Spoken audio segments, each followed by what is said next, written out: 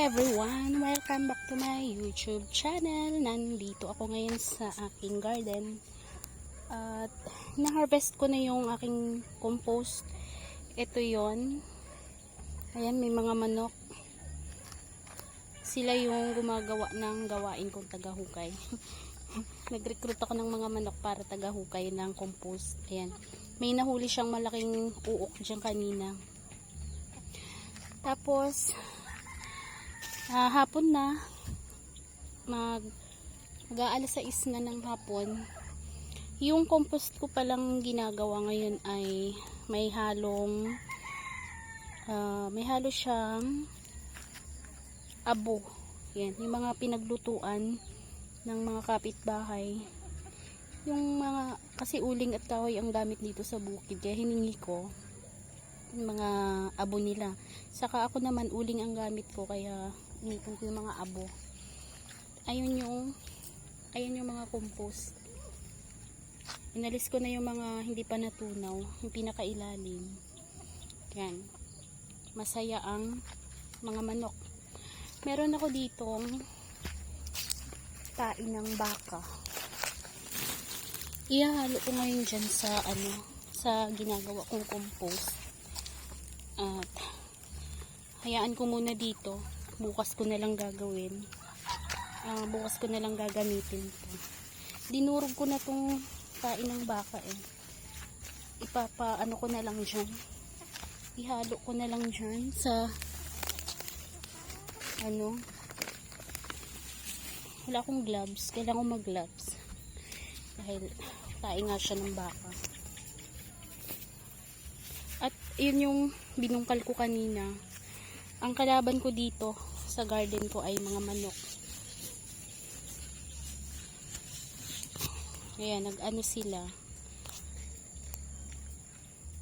Nagkakalkal. Ito sila ang kalaban ko. Tapusin ko muna dahil magagabi na. Ayan yung tain ng baka. Ayan. Ano na siya? Durog kasi dinurog ko na. Try ko muna dito. At sila nang bahala magkalkal niyan. Kakalkalin nila yan. Meron pa ako dito May pa ako abo.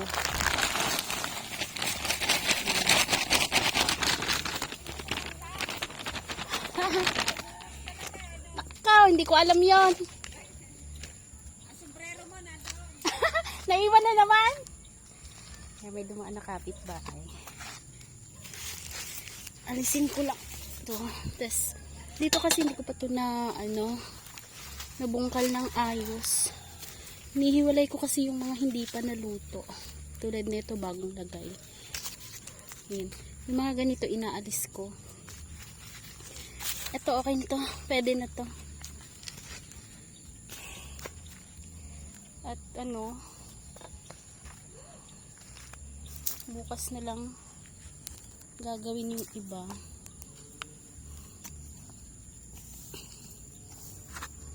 Yan. Ipa. Tapos abo. Yan, madilim na kasi magagabi na. Hayaan ko na lang to dito at mga manok na ang magtatrabaho na ito bukas. Bukas ng gabi. Bukas ng umaga. Yan, sila na nagtatrabaho niyan. Kakalkalin naman nila yan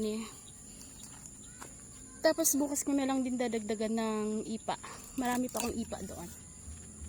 At ihalo ko dito yung na-harvest ko namang compost doon sa sa kulungan ng manok.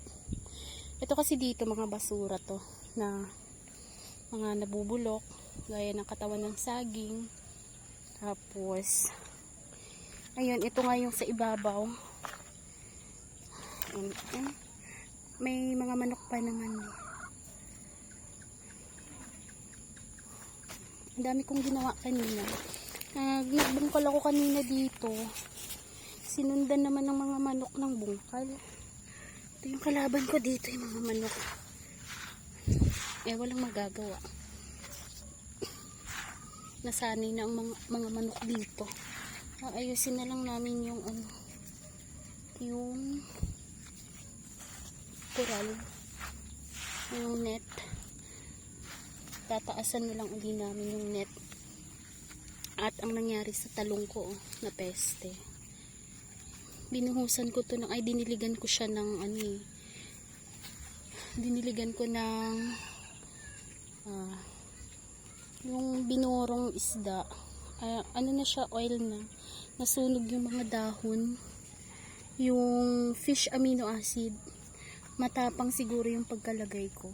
Nasunog ang mga dahon. Pero kung sana hindi ko tinamaan yung mga dahon, siguro hindi siya magkakaganon. Binuhusan ko kasi pati mga dahon. Pero, ayan Pero may mga bunga na. Pero alam ko, magiging maayos din yan kapag naalagaan ng ayos. Kasi kinalbo ko to. Ayan, may sumibol. Kasi yun nga, na, siya, nasunog, nalapnos yung mga dahon. Nalapnos noong binuhusan ko.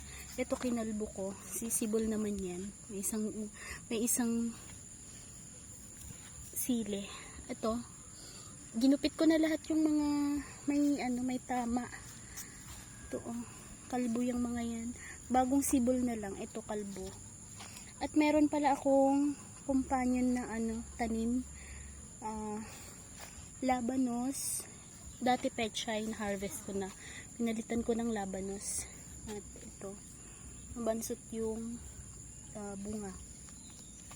Yan, flowering, mga 2 months old. 2 months, going to 3 months na pala tong sili ko. Yan, kanina nagbungkal ako. Yan, may mga bunga na siya. 2, 4, 6, 8, 10. Yan, kung aalagaan to ng maigi, magbubunga pa to at magsasanga. Kasi unang bunga nila to. At meron akong tinanim dito. Yan. Ito siya na-damage yung mga dahon.